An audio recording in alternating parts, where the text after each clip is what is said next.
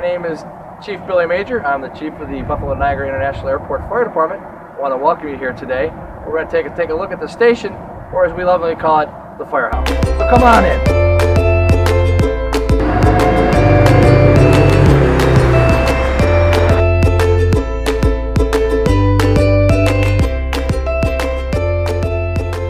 So you're in our hallway. This is where we start all of our tours. And today we're going to talk about this part of the wall. This is our heritage wall of our history. Our fire department started in 1981. Prior to that, Buffalo Fire was here. But in 1981, the fire department started. And we're still here today. Not many people know that there's a Buffalo Airport Fire Department. But we're an important part of the safety for the airlines and for you here at the Buffalo Airport. In this cabinet, we have different badges from when we first started. Some of our hats, some of our clears. We used to wear the silvers. We don't wear silvers anymore. This is our logbook. We write everything down. We keep track of everything. This is the logbook from the very first day of July 1st, 1981 when we first started. And so from now, we're going to see the rest of the house and enjoy the tour.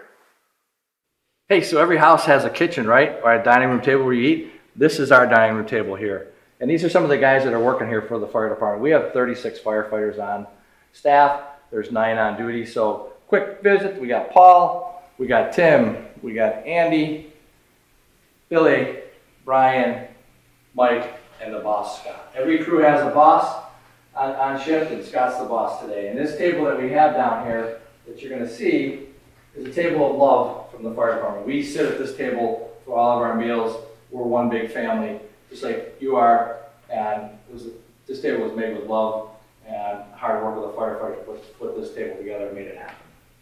So. Just a quick snapshot of just where we eat our meals and go to every day. So this is our kitchen, and this is where we get a lot of oohs and ahs when you come into our kitchen.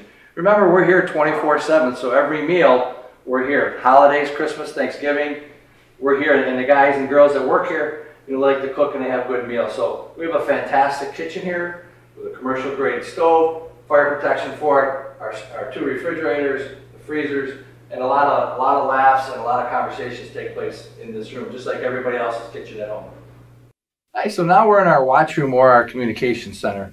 Our communication center is manned 24/7. There's always somebody in here to answer the phone, answer the radios. Any emergency call comes through here. And Faye Maxwell, our dispatcher that's on today, was one of the original firefighters from 1981, still on duty, still working for us, and has been a great asset. You'll see we have multiple computer screens that Faye has to master and see. We also have our communications are on those screens. We also have our fire alarms. We monitor the fire alarms for the entire Buffalo Niagara Airport and Niagara Falls Airport. And then up top we have a screen that shows different parts of the airport. So if we get a call, Faye is able to zoom in on that call and give us a heads up of what's going on there prior to us getting there. And there are hundreds of cameras throughout the airport. Hey, so this is our truck room. This is the best room in the house. We have all kinds of trucks in here. On the one side of the house, you're going to see some structural trucks. On the other side of the house, you're going to see the crash trucks, or our airport trucks. So we respond on these calls. This is the way that we're going to go out, and the guys are going to pull out.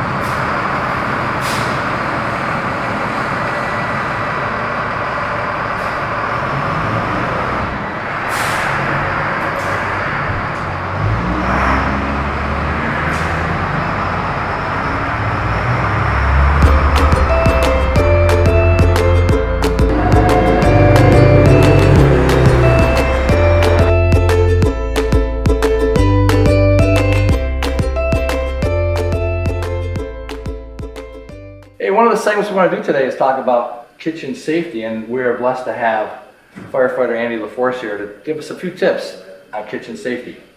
Andy? So just real quick, couple things you could use at home if you ever have a fire on the stove. A couple good techniques is you can smother the fire by putting a lid on top of it, killing the heat, the pot itself. And another option too is we can always use baking soda, very good on the same thing. Just sprinkle it right over top of the fire, should put it out. Good thing to keep in mind though for safety is a lot of people like to use oil or grease when they're cooking on the stove. If you ever have a fire involving oil or grease, you never want to throw water on that. Water reacts very violently to fires like that. So what we want to do is a good option to have at home. They actually come in smaller cylinders. Use a Class B extinguisher. Class B is used for any type of liquid fires. You can put that out using the pass system. You want to PASS stands for PASS. You want to pull the pin out, aim it, squeeze, and sweep on the fire. And just a few more tips for your family at home that have little ones. Always try to keep your kids at least 3 to 5 feet away from the stove area. Obviously, you don't come anywhere near your fire. Keeping objects, keeping it clutter-free. We don't think get knocked over, kids run over, touching the handles. Obviously, their safety is paramount. Also, big thing too is Thanksgiving, the holiday ones. A lot of fires there. A lot of fires happen because the stove is unattended. If you're cooking, please stay home, be in the kitchen, keep an eye on it, be in the house. So just don't leave, run to the store and come back. So a lot of fires happen, people lose their houses and safety like that. So please, if you're going to cook, be around the kitchen, keep an eye on it.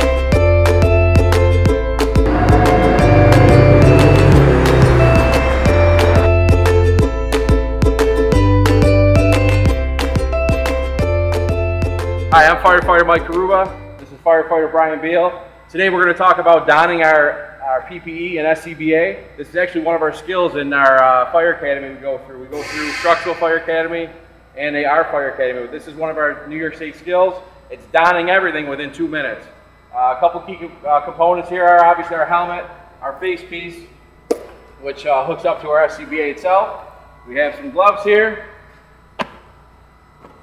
Nomex hood, which goes underneath your jacket, protects your ears and head, your boots, your bunker pants, and finally your bunker coat. So like I said, New York State, to pass these skills, says we have to don everything in less than 2 minutes. So we try to stay proficient with this just so we can get our gear on quick to get out of the house. When we're actually donning our SCBA, it has to be done not only fast, but correctly. So Firefighter Beal is going to demonstrate how we actually don our gear correctly and fast. Right, Firefighter Beal? Sure. Go.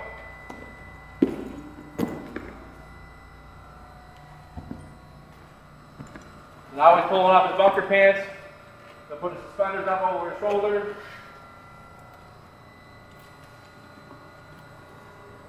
Bunker coat on.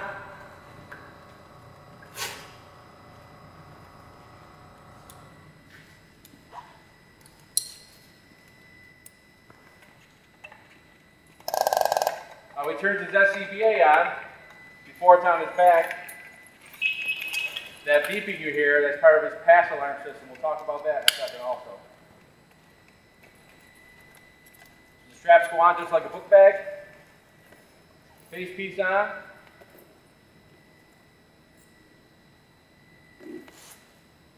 Hood up over his head to protect his head and his ears. Helmet on, chin strap tight.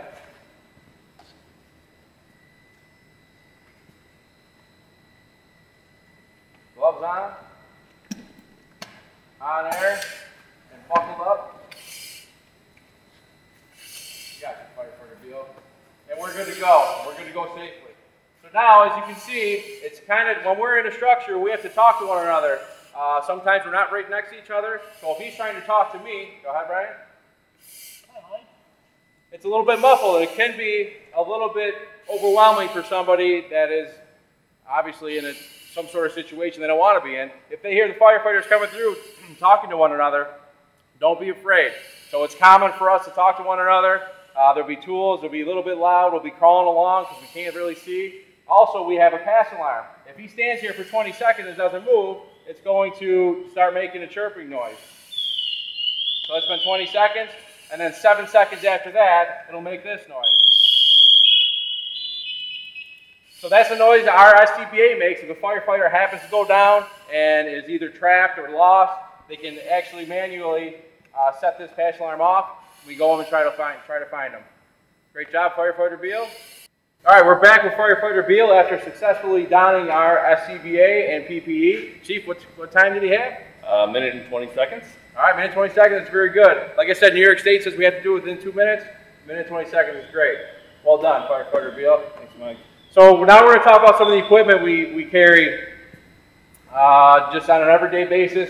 If we had some sort of alarm at the terminal, this would be some sort of high-rise situation. We have our hose pack here, flathead axe is a tool, maybe sometimes a water can. With the gear itself, the SCBA, our helmet, gloves, the hose pack, and the axe, we're well over 100 pounds of just carrying gear. And we got to remember, we're going up and down stairs. Firefighters become fatigued very rapidly, especially within the conditions. So if the conditions are poor, high heat, and even the heat outside can take a toll on a firefighter. Become dehydrated very quickly. It's very important for us to stay hydrated. You never know when the next call is going to happen. Hey, it's Chief Major here. I'm with a couple of our firefighters, and we're just going to talk about their experiences as firefighters in the airport world. I've got firefighter Damien, I've got Assistant Chief Jessica, and firefighter Tim. Jessica, what brought you into the fire service? Family, actually.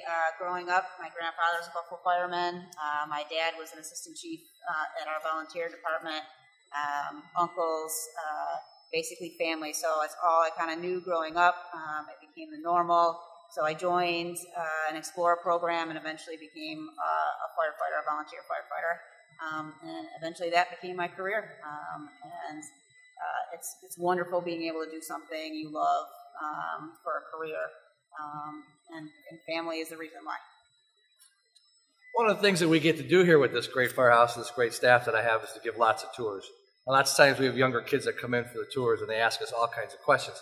Timmy, one of the questions that they ask is, what kind of training do we do here on a daily basis? And so here at the airport, we have the pleasure of, we take on an additional role here. We deal with crash trucks and we deal with airplanes. That's our primary focus. We do also do our standard firefighting with a standard fire engine. But we go out, we have a plane that was donated to us. We do a lot of training on that. We'll ladder the plane, we'll go in and remove victims.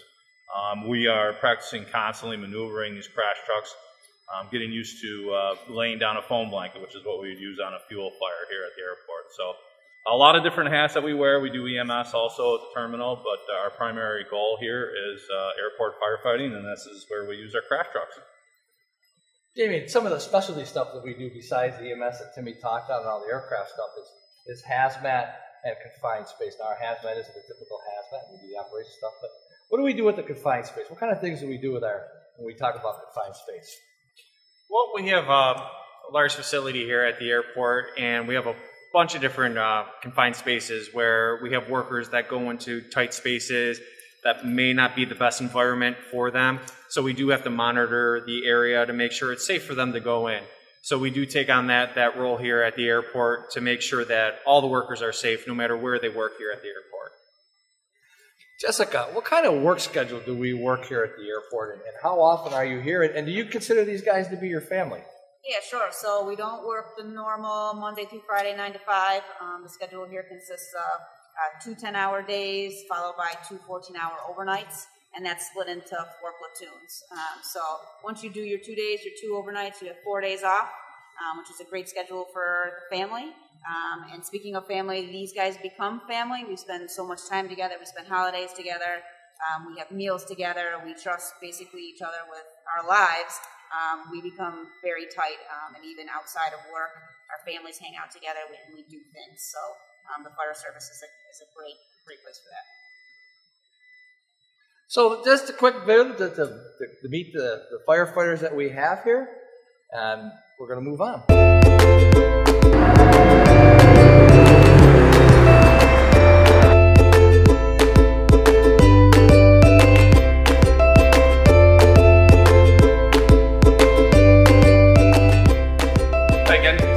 From the Airport Fire Department, one of the 4 assistant chiefs. I'm going to talk to you a little bit about our aircraft fire rescue vehicle. This is our newest one. This is our F4. This will be our primary mutual aid truck. Some of the differences this has compared to a regular structural firefighting piece. Obviously, you'll see the large tires on it. These trucks are 4-wheel drive or 6-wheel drive, depending on the vehicle you're looking at. It's carrying 3,000 gallons of water and 420 gallons of foam concentrate. So our job is to respond out to crash fires.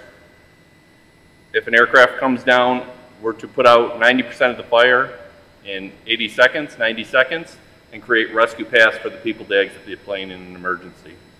Some of the equipment we have on here, a standard fire engine does have. We do have hand lines on the truck. We carry supply hoses on the truck.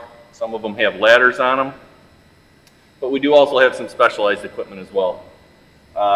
Aircraft today have a lot of specialty metals that are water reactive on board.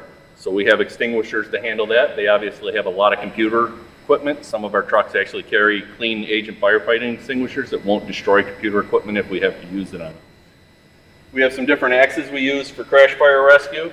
They have a different head. It's designed to cut through the metal as you're chopping with it, as opposed to just chopping wood and structural members like that. We have some large rotary saws. If we were to have to make entry into the plane, we can cut through windows, we can cut through the side of the aircraft. It's a little bit larger than your normal ventilation saw you would see in the fire service. A couple more things about our crash fire rescue trucks. They have the ability to flow large amounts of water through master stream devices. This truck F4 has 2 of them, a roof-mounted turret and a bumper-mounted turret. One turret can be flowing 1,000 gallons of water or 1,250 gallons a minute, and the other one will flow at 750 gallons a minute. Both of them can't do the 1,250 gallon max at the same time because we have to conserve our water and agent because we have a long time to resupply. One of the other things you'll see on top of the truck is a little white camera looking thing up there. It says FLIR on the side. That's forward looking infrared radar. That's so we can see heat signatures and stuff if we're pulling up to an aircraft. Can be used to check levels of fluid in our fuel farm tanks. If we had an emergency over there, without getting up near the tanks where the sight gauges were, we can actually see the levels in the tank using something like that. On our truck over here, F6, which is our older truck, a couple differences. Still the 3,000 gallons of water, still a 6-wheel drive. This has a piercing nozzle, a high-reach extendable turret on top of the truck. We can actually pierce the aircraft if we have to, generally in a cargo situation, to disperse agent into the truck. This truck also has a bumper turret, a little bit smaller than the one on F4. And down here, it also has a reel for halon, that clean agent I mentioned talking about on F4 that we can use in computer control rooms and stuff like that. So there's a couple of different things that are unique about our job at the airport as firefighters here. One is these much bigger vehicles that we have. As you notice right now, I'm actually in the middle of the vehicle, and it's a little bit different trying to adjust to turning in the middle, as well as the tires are behind you, and the fact that the vehicle is so much bigger than just, say, a normal car that you would drive or truck on the highway. So you have to adjust for that and making room and making sure that you're not going to hit anything. Another thing that is a little more specialized with us is the fact that we deal with jet fuel a lot.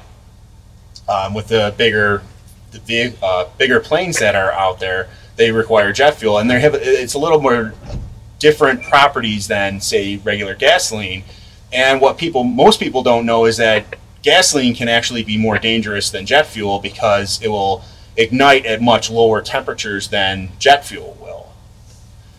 Also, another thing is we actually have on our vehicles here, we have an infrared system where we can detect heat if the engines are really hot or if the brakes are really hot. We can look at that and see if there's a problem and needs to be addressed. So on these vehicles, we actually have multiple ways of putting out fires, several different ways depending upon the fire, specialized ways of putting out those fires.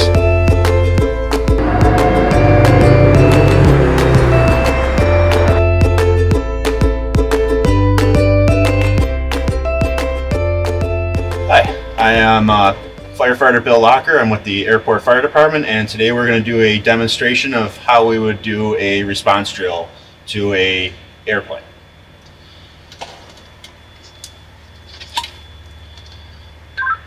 Dispatch F4, we're good to go.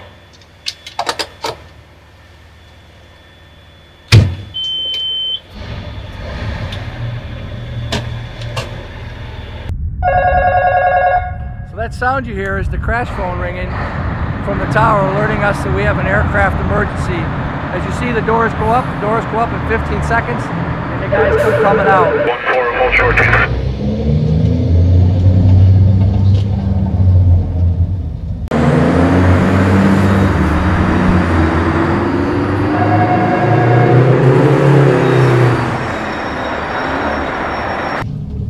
Buffalo Tower F4. F4, Buffalo Tower. F4 is on the ARF access road, would like to enter runway 1432, crossing runway 23, exiting at Delta 3 to the Old North South. F4 and company, roger, proceed on runway 14, cross runway 23 at 14. Buffalo Tower F4 is proceeding on to runway 14, crossing runway 23 to Delta 3.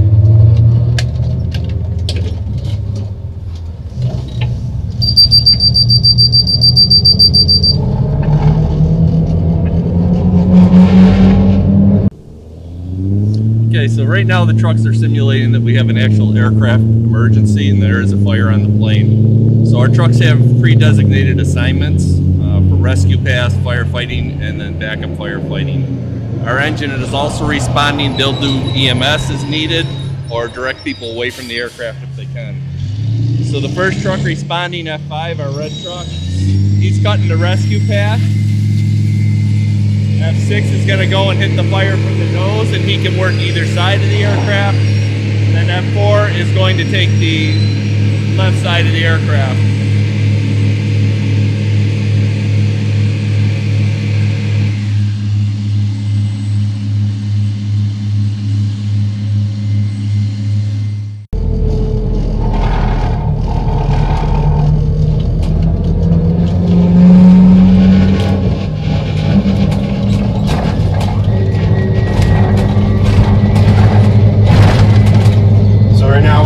Driving while the pump is running, we actually shoot water, which is what I'm going to do in a second, right on the airplane.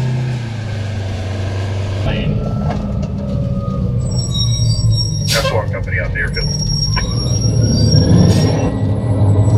F4 is nice. And I can actually do both turrets at once.